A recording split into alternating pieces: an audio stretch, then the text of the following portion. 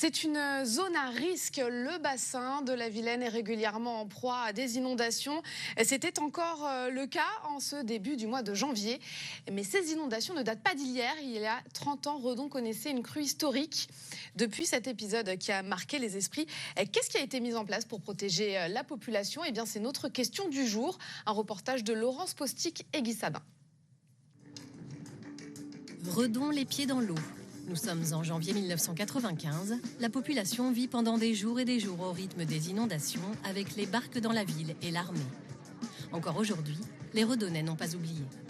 Oui, il y avait la Croix-Rouge, les camions militaires, il y avait beaucoup de déplacements, oui. Oui, c'est vrai que c'était impressionnant, oui. J'appelle ça le ramassage scolaire, c'est-à-dire toutes les familles, toutes les personnes, ils mettaient comme allez hop, à l'arrière, et puis ils partaient directement à Saint-Nicolas pour aller sur Redon. La Vilaine a atteint une hauteur de 5,35 m, un record. Alors depuis, quelles ont été les mesures mises en place pour ne pas que cela se reproduise? C'est la question du jour.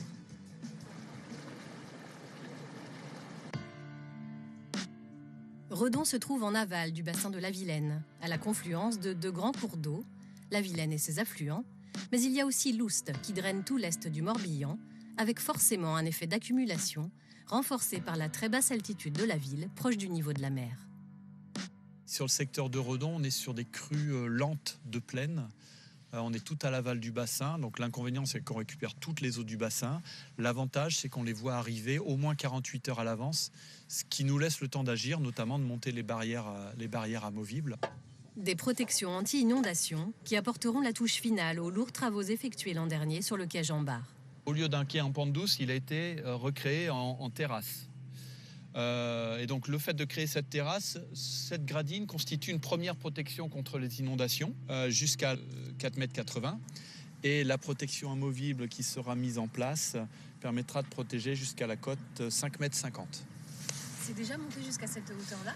C'est monté jusqu'à 5,35 m en 1995 et en 2001.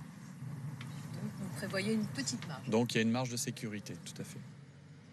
Car c'est bien là tout l'enjeu des années à venir. C'est sûr que par rapport au dérèglement climatique, on peut être amené à avoir des épisodes récurrents.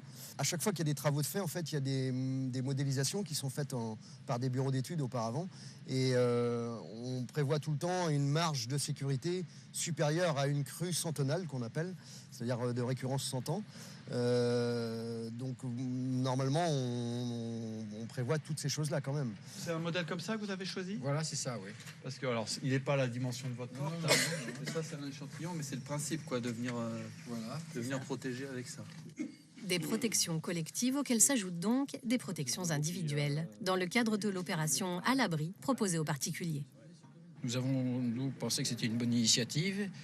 D'autant plus qu'il y a une participation financière qui n'est pas négligeable de la part des collectivités puisqu'elle est à 80%. Moi, je vis à Redon depuis 47 ans. Je sais que c'est une zone sensible au niveau des inondations.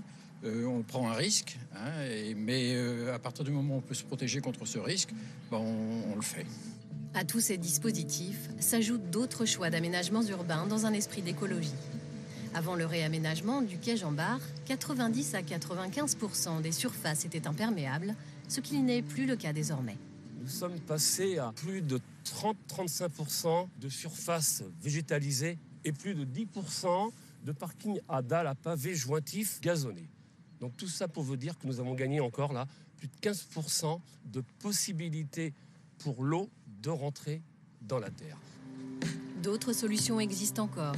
Des stations de pompage, des reconstructions sur pilotis qui laissent s'écouler l'eau en dessous, ou bien encore, parfois, accepter que la nature reprenne ses droits sur certaines zones, comme sur cette friche industrielle en zone inondable.